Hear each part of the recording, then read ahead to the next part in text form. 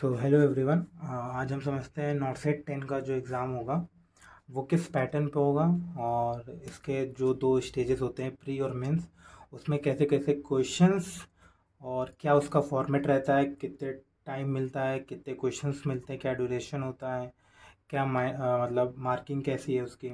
तो ये हम स्टेज वाइज समझते हैं। तो सबसे पहला जो प्री एग्ज़ाम होता है, प्री एग्ज़ाम में टोटल क्वेश्चंस होते हैं 100 क्वेश्चंस।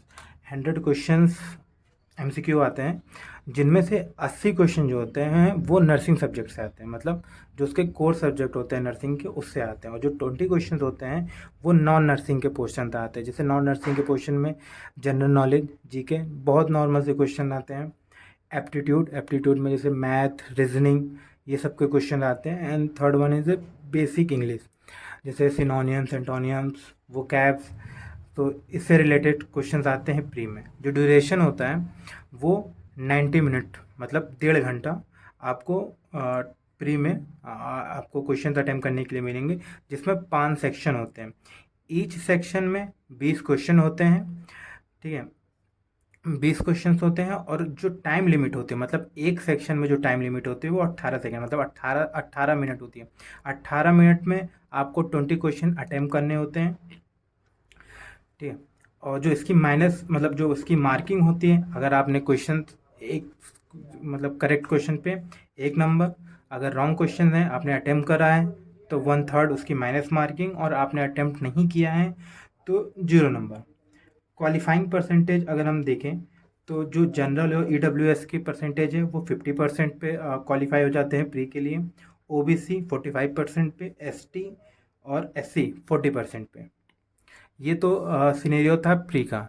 अगर आप प्री क्वालिफाई हो जाते हैं, मतलब आपकी परसेंटाइल अगर इसके अंदर आती है, तो आप मेंस के लिए क्वालिफाई होते हैं। मेंस की जो क्राइटेरिया है उसमें जो टोटल क्वेश्चंस होते हैं वो होते हैं 160 क्वेश्चंस होते हैं, ठीक है। जो आपको टाइम ड्यूरेशन है, टाइम ड्यूरेशन जो है इसका वह है 180 मिनट, मतलब 3 घंटे आपको मिलते हैं 160 क्वेश्चंस करने के लिए। इसमें नर्सिंग का पूरा इंटायर सिलेबस मतलब जो आपने फर्स्ट ईयर से लेकर फोर्थ ईयर तक पढ़ा होगा वो पूरे सब्जेक्ट आपको मेंस में देखने को मिलेंगे। और उसमें से भी जो मेन सब्जेक्ट होते हैं, जो फोकस जिस पे आप कर सकते हैं, जिसमें आप अच्छे क्वालिफाइंग मार्क्स ला सकते हैं, उसमें सबसे पहले है fundamental of nursing. The second one medical surgical nursing, ओबीजी, obstetrics and gynaecology, mental health nursing, paediatrics, community health nursing and nursing management and research. और कुछ जो ये तो मेजर सब्जेक्ट हो गए। जो माइनर सब्जेक्ट हो गए जैसे आपके न्यूट्रिशंस हो गए और माइक्रोबायोलॉजी हो गई, ये इन सबसे क्वेश्चंस आते हैं, पर उस मतलब उतने ज़्यादा क्वांटिटी में क्वेश्चन नहीं आते। तो आप अगर आप प्रीवियस ईयर क्वेश्चंस लगा रहे होंगे तो आप उसमें कवर कर ले जाएंगे उन सब के क्वेश्चंस भी। अब इसके क्वेश्चंस की टाइप बात कर लें कि कैसे क्वेश्चंस आते हैं। प्री में तो सिर्फ एमसीक्यू बेस्ड क्वेश्चन आते हैं, वन लाइनर क्वेश्चंस आते हैं, थोड़े से ट्रिकी आ सकते हैं, पर ऐसा नहीं कि आप कर नहीं सकते। बट जो मेंस में क्वेश्चंस आते हैं वो स्टैंडर्ड क्वेश्चंस होते हैं।